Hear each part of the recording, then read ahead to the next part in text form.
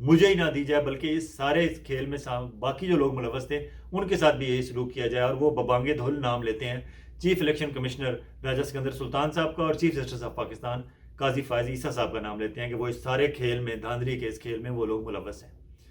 یہاں انہوں نے ان کی شخصیت تو واضح ہو گئی کہ وہ کس طرح کے افسر ہیں اور کس طرح انہوں نے لوگوں کے سب کو خوش رکھا ہوا تھا. آگے چل کے بتائیں گے کہ کس پولیٹیکل پارٹی کے ساتھ ان کے کس طرح کے تعلقات تھے, اس پہ بھی بات کریں گے. لیکن شخصیت ان کی یہی ہے کہ وہ نائب تحصیلدار سے یہاں تک پہنچے. اب وہ پھانسی تک کیسے پہنچ گئے؟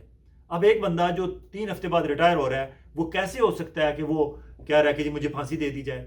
اچانک ان کا ضمیر جاگ گیا اور 10 دن بعد جاگا. ماننے والی بات ہے, جاگ بھی سکتا ہے, لیکن ایسے موقع پہ ایک پورا جس کی زندگی گزری ہو اور ہمیشہ اس نے سب کے ساتھ بنا کے رکھی ہو, سب کو خوش رکھا ہو, اب اچانک وہ خود کش بمبار بن گئے ہیں اور ان کے بیٹے بیٹیاں سیٹل ہیں. 14 فروری کو انہوں نے یو ایس کا نیا ویزا بھی لگوایا اور وہ امریکہ بھی جانا چاہتے تھے ریٹائرمنٹ کے فوری بعد اپنے پوتے پوتیوں اور نواسے نواسیوں کے پاس. ایک اتنی پرسکون سی زندگی اور بہت اچھی زندگی جس میں انہوں نے بہت کچھ اچیو کیا زندگی میں, اس کے بعد ایک بندہ پھانسی گھاٹ پہ کیوں جانا چاہتا ہے اور اپنے آپ کو والنٹیرلی کیوں پیش کر رہا ہے؟ وہاں انہوں نے کہا جی کہ میں نے اپنے آپ کو میں پولیس کے حوالے کرتا ہوں. کمشنر پنڈی کو پولیس پنڈی کی اریسٹ کرنے کی ضرورت ہے. چلیں شام تک شاید وہ ہو بھی گئے اور انہیں کوئی نامعلوم افراد اور خلائی مخلوق اٹھا کے لے بھی گئی. اب ہوا کیا کہ وہاں پریس کانفرنس انہوں نے راولپنڈی کرکٹ اسٹیڈیم میں تھی. پریس کانفرنس جب بلائی گئی تو سپورٹس رپورٹرز کو وہاں بلایا گیا کیونکہ سپورٹس رپورٹر یہی ایکسپیکٹ کر رہے تھے کہ پاکستان سپر لیگ ہو رہی ہے تو پنڈی میں بھی اس کے میچز ہونے ہیں تو شاید اس کے انتظامات کے حوالے سے پریس کانفرنس ہوگی, اور وہاں سپورٹس رپورٹرز ہی گئے تھے. سپورٹس رپورٹر بھی ایکسپیکٹ نہیں کر رہے تھے اور جب وہ بیٹھے ہوئے تو ان کے رائٹ لیفٹ پہ سپورٹس بورڈ کے لوگ بیٹھے ہوئے تھے. جب انہوں نے اچانک یہ خودکش بمبار کے طور پر الیکشن کی دھاندلی پہ بات شروع کی تو وہ سائڈ سے سپورٹس بورڈ کے لوگ اٹھنا شروع ہو گئے کہ یہ کیا ہو رہا ہے, کیونکہ وہ تصویر میں آ رہے تھے, وہاں تصویریں لائیو اس کی کوریج ہو رہی تھی, ریکارڈنگ ہو رہی تھی. تو وہ انہوں نے پکچر سے اپنے آپ کو آؤٹ کیا کہ ہم تو اس گیم میں نہیں ہیں, ہم تو کسی اور کام کے لیے بیٹھے تھے. رپورٹر جو سپورٹس رپورٹر تھے ان کے لیے بھی یہ اچانک تھا, اور وہ اگر پولیٹیکل رپورٹر وہاں ہوتے تو شاید کوسچنز مزید ہوتے, اور سپورٹس رپورٹرز نے جتنے کوسچن وہ کر سکتے تھے کیے انہوں نے. اچانک کسی کے ذہن میں خیال آتا بھی نہیں ہے, لیکن انہوں نے جب یہ دھاندلی کے الزامات لگائے تو وہاں ان سے یہ نہیں پوچھا گیا کہ حضور وہ جو دھاندلی کے الزامات ہیں وہ یہاں سامنے ثبوت رکھیں, کیونکہ اگر آپ کو کسی سے اوپر نے انسٹرکشنز دی تو وہ میسیجز ہوں گے یا واٹس اپ میسیجز ہوں گے, کوئی ثبوت ہوں گے. ریٹن آرڈر ہیں تو وہ اگر آپ نے سیو کیے ہوئے اپنے فون میں یا اپنے پاس ہیں تو وہ دکھائیں ابھی. اگر وہاں ان سے ثبوت لے لیے جاتے تو یہ سٹوری زیادہ میچور ہو جاتی کہ ہم واقعی ان کے پاس جو بات کر رہے ہیں اس کے ثبوت بھی ہیں, لیکن وہاں ثبوت نہ مانگے گئے نہ انہوں نے دکھائے. کیونکہ وہاں سے جب انہوں نے نکلے تو رپورٹرز پوچھ سکتے تھے کہ حضور یہاں دے کے جائیں ورنہ دوبارہ آپ نہ ہمیں دستیاب ہوں گے نہ ہم وہ ثبوت آپ سے لے سکیں گے, اور شاید وہ ثبوت جو ہیں وہ ٹیمپر بھی کر دیے جائیں, غائب کر دیے جائیں, تو شاید آپ کی کہانی میں وہ جان نہ رہے. لیکن یہ بات نہ ان کے ذہن میں آئی نہ پوچھنے والوں کے ذہن میں آئی. چیف کمشنر صاحب جو کمشنر راولپنڈی ہیں انہوں نے تو اپنے کسی ذہن سے آئے تھے, وہ انہوں نے تو اتنا ہی بتانا تھا جتنا انہوں نے ذہن بنایا ہوا تھا یا انہیں بتایا گیا تھا. وہاں سے وہ چلے گئے. بعد ازاں پتہ چلا کہ انہیں اٹھانے والے اٹھا کے لے گئے, وہ جو ویگو ڈالے والے ہیں ہمارے ISI والے اور باقی اساس ادارے خفیہ والے, وہ اٹھا کے لے گئے اور اب وہ ان کے قبضے میں ہیں. وہاں ان سے بیان لیا جا رہا ہے یا انہیں بیان بنوایا جا رہا ہے یا بیان سمجھایا جا رہا ہے, ان سے ثبوت لیے جا رہے ہیں, ثبوت مٹائے جا رہے ہیں, نئے ثبوت کریٹ کیے جا رہے ہیں, ڈائریکشن دی جا رہی ہے کہ کل تک اگر چیف جسٹس آف پاکستان آپ کو بلاتے ہیں منڈے والے دن یا ٹیوزڈے والے دن تو وہاں جا کے آپ نے کیا بیان کر دینا ہے نہیں دینا. کیونکہ انہوں نے وہاں کہا ایک سٹیٹمنٹ دی, انہوں نے چیف الیکشن کمشنر اور چیف جسٹس پہ تو الزام لگایا, لیکن انہوں نے کہا آرمی والوں نے بہت اچھے الیکشن کرائے. حضور آرمی والوں نے کہاں الیکشن کرایا؟ آرمی کا الیکشن کرانا تو کام ہی نہیں تھا, الیکشن تو الیکشن کمیشن نے کرانے تھے. ہاں آرمی والوں کا صرف اتنا کام تھا کہ انہوں نے پولنگ اسٹیشن کے باہر کھڑے ہونا تھا. اس وقت تک انہوں اندر نہیں جانا تھا جب تک پریزائڈنگ آفیسر انہیں کال نہ کرتا ہیلپ کے لیے. لیکن ساری دنیا نے دیکھا کہ دن کو تو وہ باہر کھڑے رہے لا انفورسنگ ایجنسیز کے ساتھ آرمی والے, لیکن رات کو جب کاؤنٹنگ وانٹنگ کا سلسلہ آگے بڑھا تو وہ RO آفس پہنچ گئے خفیہ والے اور ISI والے اور آرمی والے, اور وہاں پھر جو کور کمانڈرز تھے جس جس کی ٹیمیں جہاں جہاں ڈپلائڈ تھی, جس طرح چکوال میں منگلا کور کمانڈر کے لوگ تھے کیونکہ چکوال کے لوگ زیادہ آرمی میں ہیں, اور وہاں منگلا کور کمانڈر سے جو ٹیمیں آئیں انہوں نے اپنے وہاں رشتہ داروں کو گھر والوں کو بتایا کہ ہم ڈیوٹی پہ آئے ہوئے ہیں یہاں چکوال ڈسٹرکٹ ریٹرننگ آفس کے آفس میں, تو لوگوں کو پتہ چل گیا کہ یہ منگلا کور کے ہیں.